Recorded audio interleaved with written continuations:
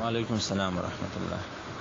محترم الله تعالی خپل وطن کې د رزق وګرځاو چې د دې مسافرو نه الله تعالی بې غمه کړي.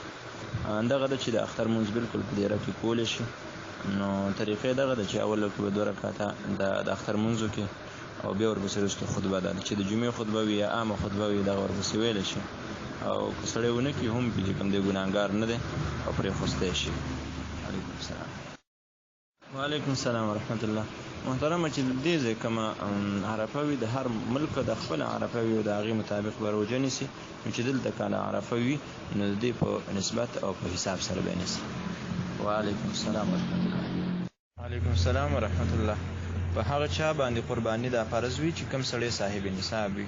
لہذا چې کوم انسان قرضدار وي اگر که مخکینه قربانیانې کولې اوس غریب شو نو بیا به قرباني نشته. د دې په وجه باندې دا د پښتنو وران عادت او وران عقیده جوړه شوې د هغوی چې یو ځل د قرباني شروع کړه بیا به بندی نه. که ته غریب یو که مالدار دا و بیا کې حالانکې دا مسله غلطه ده. بلکې مالدار یې نو کې به که غریب شي نو بس بیا در باندې لازم نه ده. یو سړي باندې حج فرض نه دی د الله تعالی د اړخ نه حج کول پې نشته. د سهار ټیم د ماسپښین لا نه دی راغلی د ماسپښین مونځ در باندې نشته. دغه شان د قرباني ده چې صاحب نصاب نه نو قرباني در باندې نشته. په تاسو باندې قرباني کول لازم نه دی. دغه ځمکه چې کوم اخیستې ده نو دا د کور ده په دغې باندې قرباني کول لازم نه دی. وعلیکم السلام. وعلیکم السلام ورحمت الله. دا که هغه رنګ وکړي او اجازه درته وکړي چې زما د اړخ نه دغلته قرباني وکړي نو بالکل د هغه د اړخ نه قرباني دا دلته بهتر او اولا ده. وعلیکم السلام. وعلیکم السلام ورحمت الله. محترمه چې خود به خود الټی سړي له راشي او څومره مو کړي نو په دې باندې روژه نه ماتېږي. وعلیکم السلام. وعلیکم السلام ورحمت الله.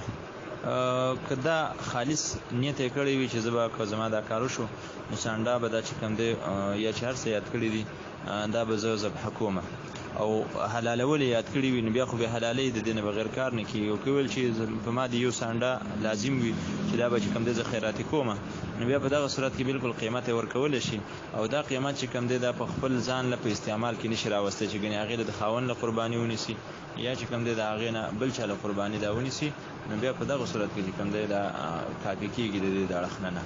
وعلیکم السلام. وعلیکم السلام ورحمت الله.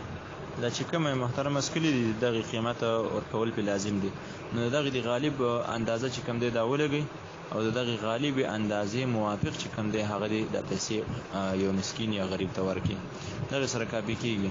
دویمه دا که ده ویله چېرته په پیسو باندې دا ګیا راوړي وي مطلب دا دی چې واښې دا شولي وي یا بوسه ویله راوړي وي نو بیا خیر دی د هغې په مقابله کې دي دا پی چې کوم دی هغه حسابولی شي. وعلیکم السلام. وعلیکم السلام ورحمت الله. محترمه که دا هغه دپاره واخلي او ډایرکټ هغه دپاره واخلي او ته چې کوم دی بیا ګران ورکړي نو دا خو سود دی. خو د دې جایز صورت دا دی چې ګاډی اول فرج اخلي اول یې ځان له واخله ګاډی اخلي اول یې ځان له واخله نو ته یې په 20 روپۍ باندې واخلي او بیا چې کوم دی هغه کس ته ووایي چې هلکه به دا ګاډی دی ما چې کار سو اخیستی دی د هغې سره ستا کار نشته خو تا به دې باندې در کوم په نیټه باندې نو که دغه وشي نو بالکل جایز دی دغه په سود کې نه راځي. وعلیکم السلام. وعلیکم السلام ورحمت الله. که د چا په یو ځای باندې زخم وي او هغې ته اوبه نقصان رسوي چارندام او غسل کولو کې که په هغې باندې دا مسح وکړي او لوند یې نه کړي نو په دې سره غسل او چارندام دا کېږي او جایز ده. وعلیکم السلام.